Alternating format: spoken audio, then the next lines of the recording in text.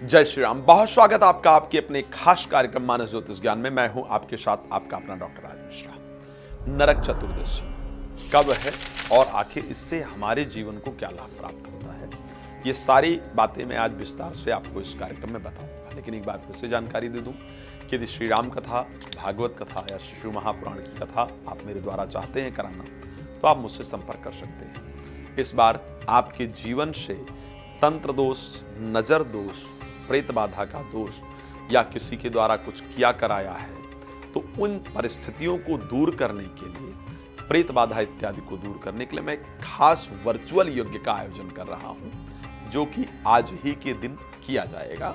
तो यदि आप चाहते हैं कि उस वर्चुअल यज्ञ में, जिसमें हम कुछ सामग्री आपको प्रोवाइड करा रहे हैं, उस सामग्री के माध्यम से आपको अपने घर पर यज्ञ करना है, हम जूम इत्यादि के माध्यम से अपने संस्था से आपके साथ कनेक्ट रहेंगे और आपको सारी प्रक्रिया बताते रहेंगे। तो यदि आप चाहते हैं इस यज्ञ में सम्मिलित होना और चाहते हैं अपने जीवन के सभी नकारात्मक चीज़ों को दूर करना, चाहे किसी ने कुछ बांध रखा है, कुछ कर रखा है, उन सभी चीज़ों को, ये साल में 2 ही बार मौका आता है, होली दिवाली, तो आप हमसे संपर्क कर सकते हैं, सामग्री को प्राप्त कर सकते हैं और हमारे साथ कनेक्ट होकर इस यज्ञ को कर सकते हैं। अब एक बहुत बड़ा विषय उठता है कि नरक चतुर्दशी आखिर है कब, 30 तारीख को है या 31 तारीख को। इसको लेकर के सोशल मीडिया पर बहुत सारी भ्रांति चल रही है।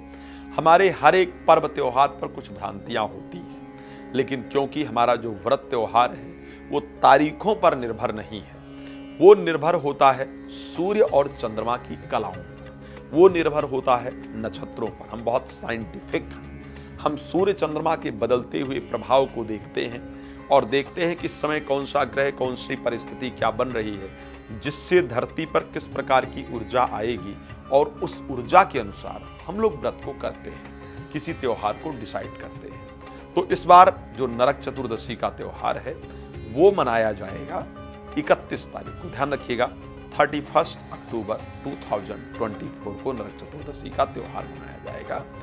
अब अगर हम इस विषय को उठा करके देखें कि साहब नरक चतुर्दशी का त्योहार क्यों इतना महत्वपूर्ण है, शास्त्र ये कहता है कि एक तो जो धन त्रयोदशी पड़ी, उस दिन हमने अपने घर को शुद्ध किया, लक्ष्मी जी का उस दिन अवतरण हुआ, तो घर को हमने पूरा शुद्ध किया लक्ष्मी जी का आगमन के लिए। अब घर को ही शुद्ध करने से तो भगवान आएंगे नहीं, है नहीं। घर को शुद्ध करने के बाद अपने शरीर को शुद्ध करना, अपने आप को पवित्र करना, आत्मा को पवित्र करने से परमात्मा का आगमन हमारे जीवन में होगा।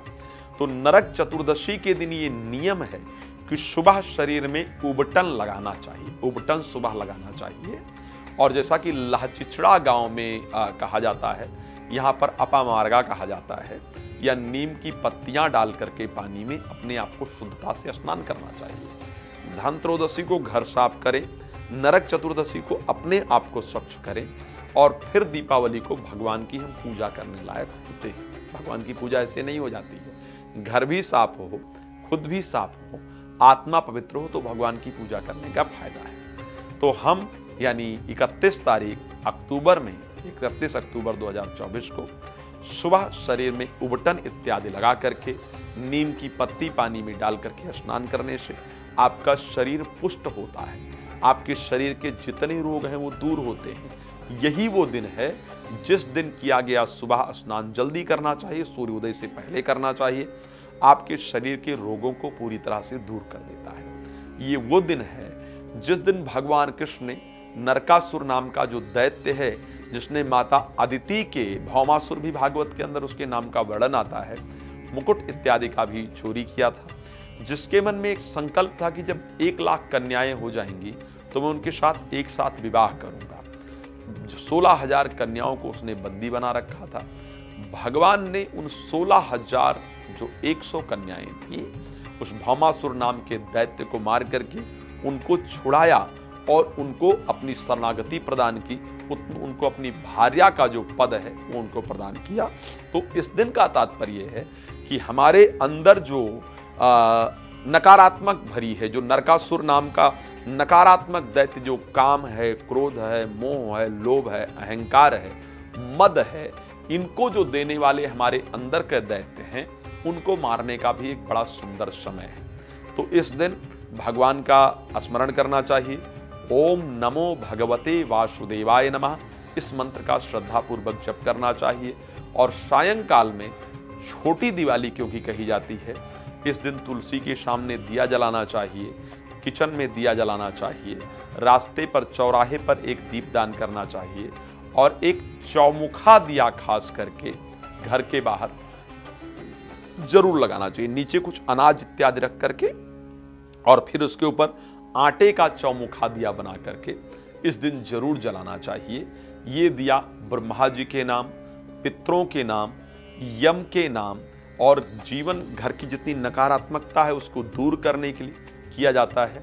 इस दिन घर की सजावट और रंगोली इत्यादि का निर्माण भी घर के बाहर जरूर करना चाहिए। तो आप लोग श्रद्धापूर्वक इस त्योहार को मनाएं और इस दिन बहुत सुंदर ओम नमो भगवते वासुदेवाय नमः मंत्र का जरूर जप करें। ये आप सबको ध्यान रखना चाहिए। ये छोटी दिवाली है, भगवान कृष्ण का स्मरण इत्यादि करना चाहिए और उनसे प्रार्थना करना चाहिए कि प्रभु जिस प्रकार आपने नरकासुर नाम के दैत्य का वध करके गोपियों को अपनी शरणागति प्रदान की, या जो कन्याएं हैं उनको अपनी शरणागति प्रदान की, इसी प्रकार हमारे अंदर के आज का जो नरकासुर है वो कौन है?